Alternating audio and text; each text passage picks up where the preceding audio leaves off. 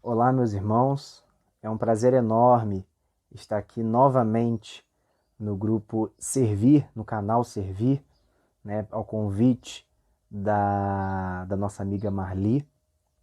E nesse convite, ela nos presenteou em mais um tema para falarmos do Evangelho à luz da doutrina espírita. Antes da gente falar sobre o tema em si, que é do capítulo 25, né, Pedi e obtereis, ajuda-te que o céu te ajudará, eu gostaria de falar um pouquinho sobre, né, com todas as nossas modificações, as nossas mudanças, eu gostaria de falar um pouco sobre a nossa transição planetária. Né? Em todos os estudos, em todas as palestras, a gente fala sobre isso há bastante tempo. E falar de transição, eu falo que muito se fala, pouco se explica. Transição vem de modificação. Né? E planetário é planeta. Então, é uma modificação do nosso planeta. Mas, Lucas, por que o nosso planeta ele precisa de modificação? Porque Deus ele cria na mesma proporção os espíritos e os planetas. Então, a escala evolutiva que tem para os espíritos também tem para os planetas. O nosso planeta ele já foi primitivo, ele é provas e expiações e está caminhando para a regeneração. Só que para você fazer essa modificação, você precisa de modificações, você precisa de mudanças, né? Você precisa eliminar ali as características de provas e expiações para obter as características de regeneração. Eu gosto de fazer sempre um paralelo com a nossa casa.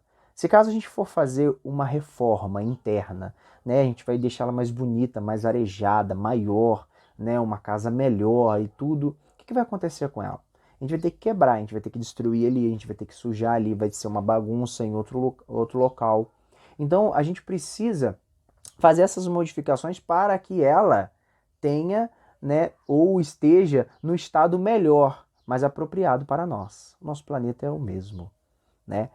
Vai ter destruições, vai ter eliminações, vai ter uma aparência de que está tudo, né, sendo destruído, né? Porque também temos uma visão muito pequena, muito periférica. Né? Já o Cristo não. O Cristo, por ele ser o arquiteto planetário, ele tem uma visão macro. Ele sabe por que está destruindo ali. Ele sabe por que está, né, se desconstruindo ali. Ele sabe por que está eliminando aquilo ali, para que possa reconstruir, para que possa transformar, para que possa adquirir as características de regeneração. Então, é muito importante nós, né, espíritos que estamos ainda em provas e expiações, retomar e entender que eu preciso estar no mesmo barco da regeneração. Lucas, por que barco? Porque Bittencourt Sampaio, né, Bezerra de Menezes fala que Jesus está no leme. Ele está dirigindo esse barco para a regeneração, né? Essa transformação. Mas o que precisa para nós estarmos, né, dentro desse barco? As nossas transformações. Eliminar as nossas vestes de provas e expiações e começar a adquirir com as nossas pequenas atitudes, né, com as nossas indiferenças, removê-las e começar a angariar virtudes eternas como a caridade, o amor, né, como a ajuda ao próximo, como o trabalho íntimo, como sendo primordial, crucial nessa transformação, para que aí sim eu possa estar dentro desse barco, né? Se aquele amigo ou aquele parente ou aquele conhecido tem aquela diferença com ele, que eu tenho, né, uma situação a ser resolvida, né, eu tenho uma mágoa, um rancor, uma discórdia, seja o que for, que eu possa trabalhar isso em mim e visualizar, né, que o perdão ou você pedir ou perdoar, ou você se reconciliar, ou você fazer com que esse sentimento de diferença não te atrapalhe mais. É um momento de regeneração. São as pequenas atitudes de regeneração entranhando, vamos dizer assim, ao nosso corpo espiritual, às nossas atitudes, aos nossos pensamentos. Porque é quando nós incorporarmos as atitudes, os pensamentos regenerativos, o planeta será regenerado. Beleza? Então, gosto de falar três obrinhas que vai nos explicar sobre a questão da transição planetária. O primeiro, Os Exilados de Capela. Segundo, Brasil, Coração do Mundo, Pátria do Evangelho, para Humberto de Campos. E o terceiro, Transição Planetária, do Manuel Filomeno de Miranda. É muito importante para o nosso crescimento, é muito importante para o nosso entendimento, para a nossa conscientização. Lucas, é um fato a gente ficar com medo? Não. É um fato a gente ficar em alerta. Né? Tudo aquilo que eu tinha, né, como atitude primitiva de provas e expiações,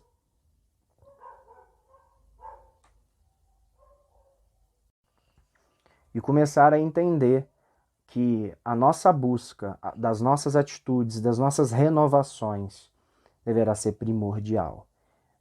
Tenho que perdoar, tenho que visualizar, né, essas dificuldades que eu tenho como uma oportunidade de evolução, para que aí sim eu possa estar nesse barquinho com o Cristo na direção rumo à regeneração.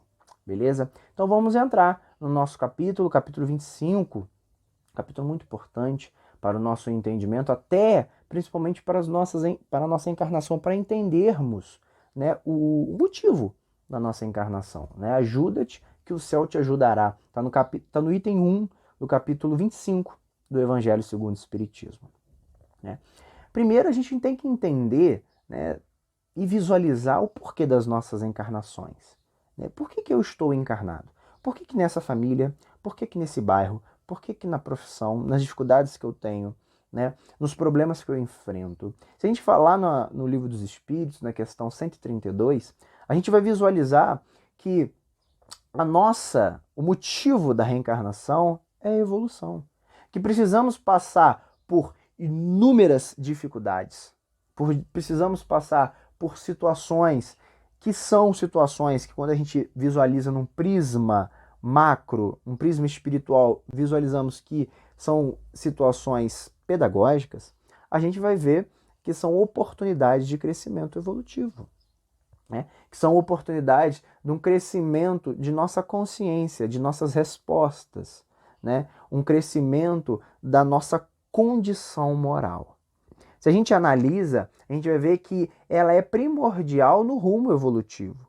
Né? A doutrina espírita em si, a encarnação em si, ela é falada e comentada por Kardec, por toda a codificação, como muito importante no rumo da evolução.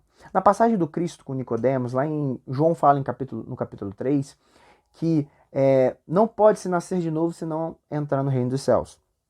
Né? Se a gente visualiza isso, se a gente faz toda uma reflexão, a gente vai ver que é a partir da reencarnação que conseguimos aprender, vamos errar, vamos consertar, vamos sublimar, mas é a partir da reencarnação que a gente começa a crescer em forma de espírito.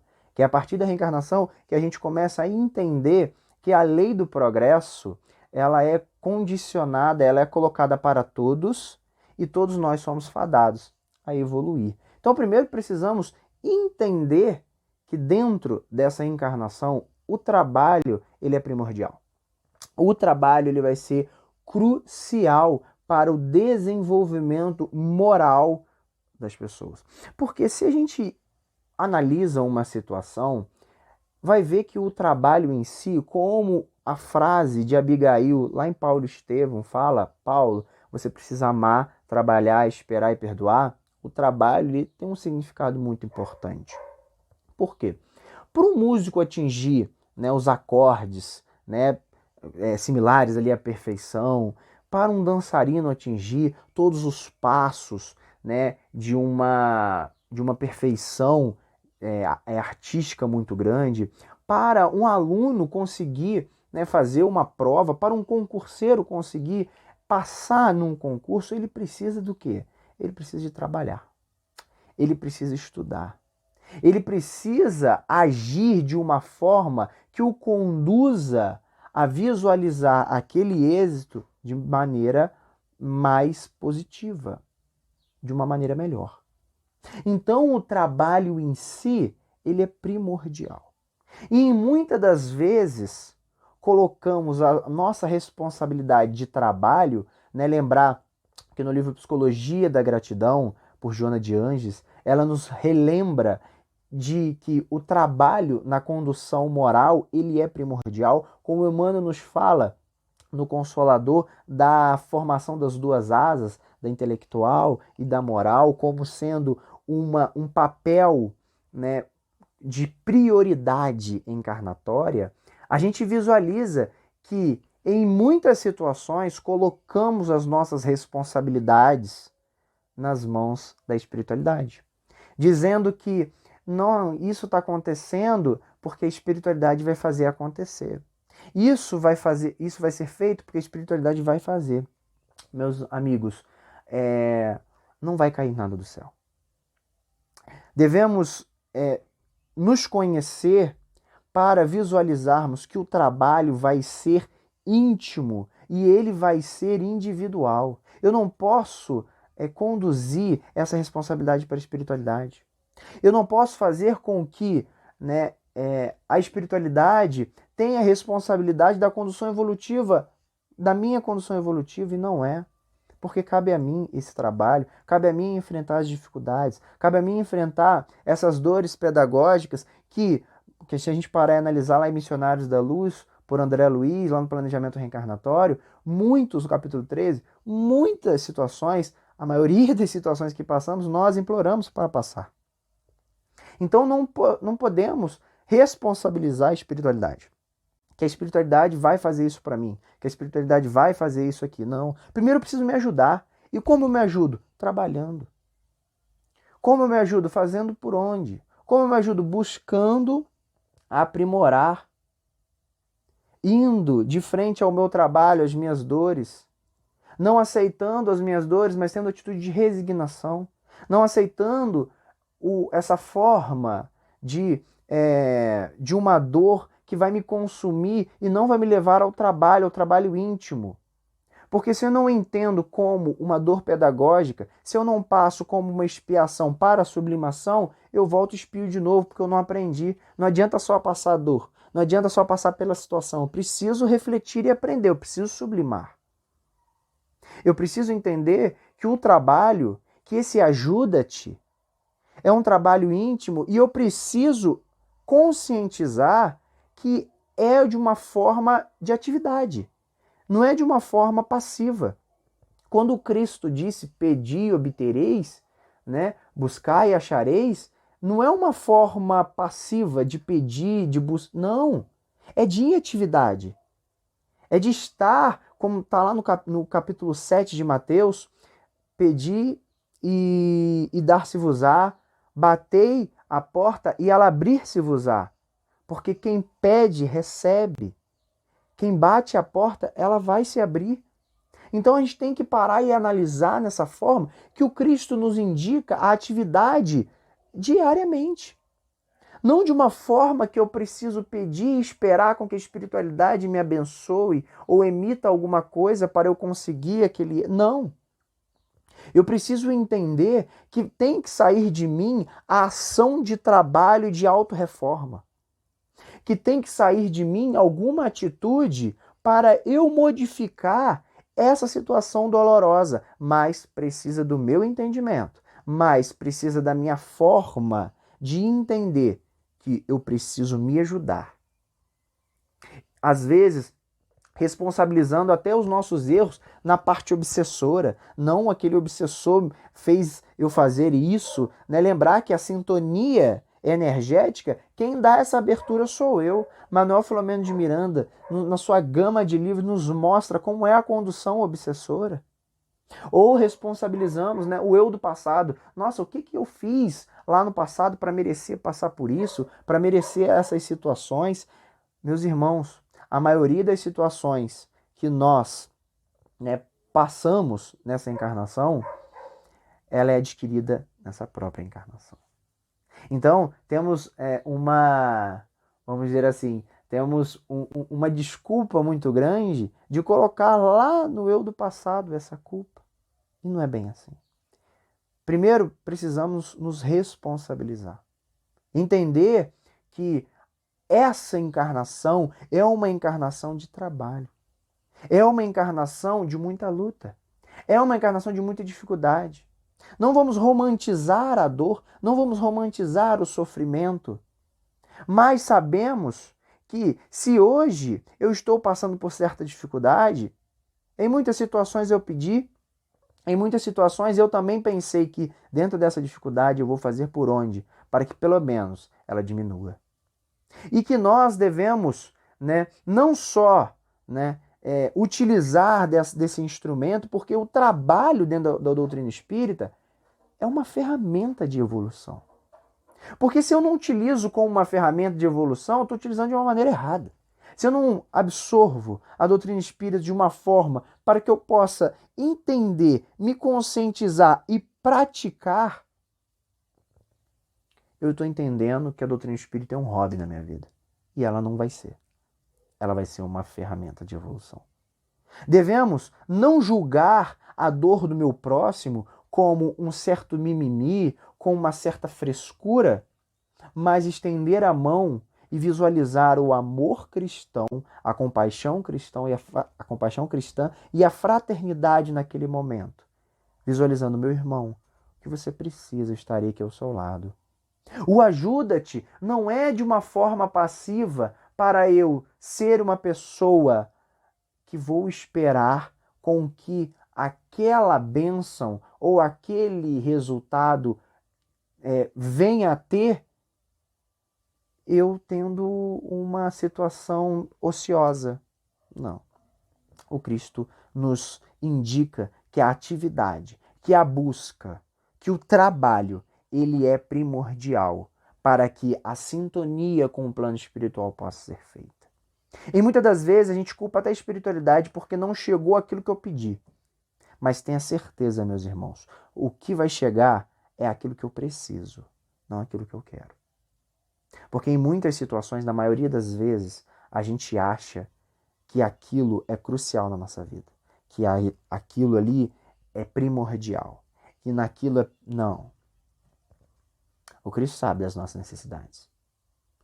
A passagem de que a gente possa observar os pássaros nos céus é uma passagem muito importante que a gente deve fazer uma reflexão muito grande.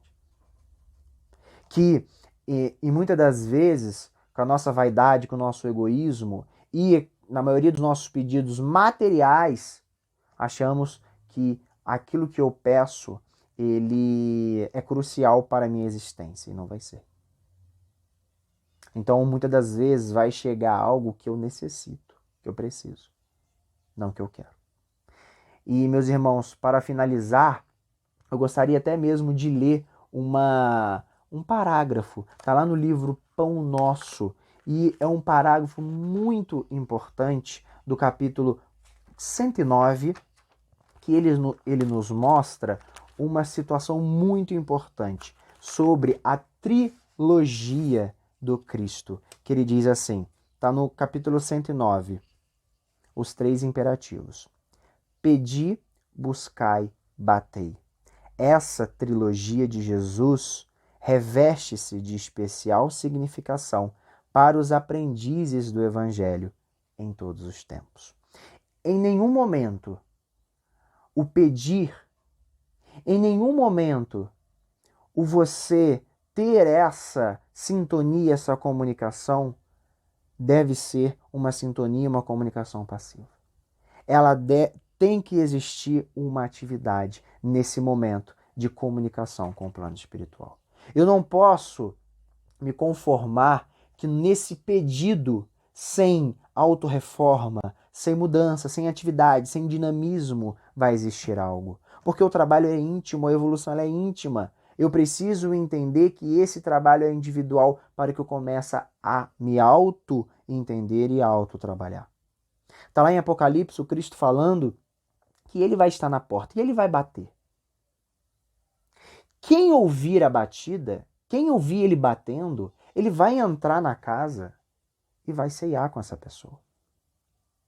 Como é que está a porta do nosso coração? Ela está aberta para o Cristo, né? Fazendo toda um significado, até mesmo, né, na representação simbólica do nascimento do Cristo. Os nossos corações estão abertos para o Cristo. Quando eu falo para o Cristo entrar, para os ensinamentos cristãos, para os ensinamentos cristãos em atividade, porque não adianta eu só entender, eu preciso praticá-lo. Para eu ser cristão, eu devo ser cristão na prática, porque na teoria, como diz Emmanuel no livro Pão Nosso, né, existem muitos palavrosos entusiastas. Aqueles homens de fé são pessoas que entendem e praticam os ensinamentos do Cristo.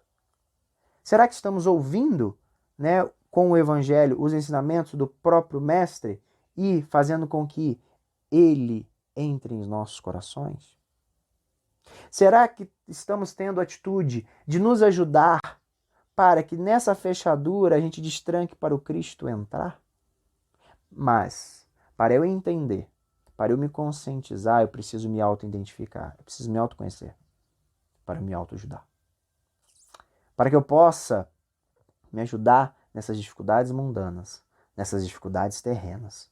E aí sim, juntamente com o amparo espiritual, com o amparo dos nossos mentores, dos nossos amigos espirituais, do próprio Cristo, eu estar na condução rumo à regeneração, rumo à perfeição.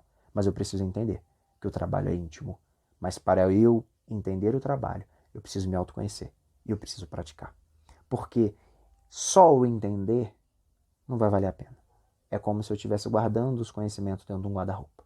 Eu preciso entender, eu preciso colocar em prática. Eu preciso praticar as atitudes regenerativas. Eu preciso me ajudar para que essa sintonia com o plano espiritual possa ser perfeita.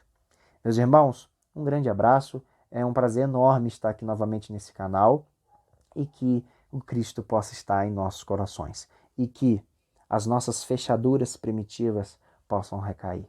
Que essas fechaduras que nos dificultam nesse contato íntimo com o Cristo rumo à regeneração possa ser desfeita e que essa porta possa estar escancarada, aberta para a caridade, para o amor, para o Cristo. Que Deus nos abençoe.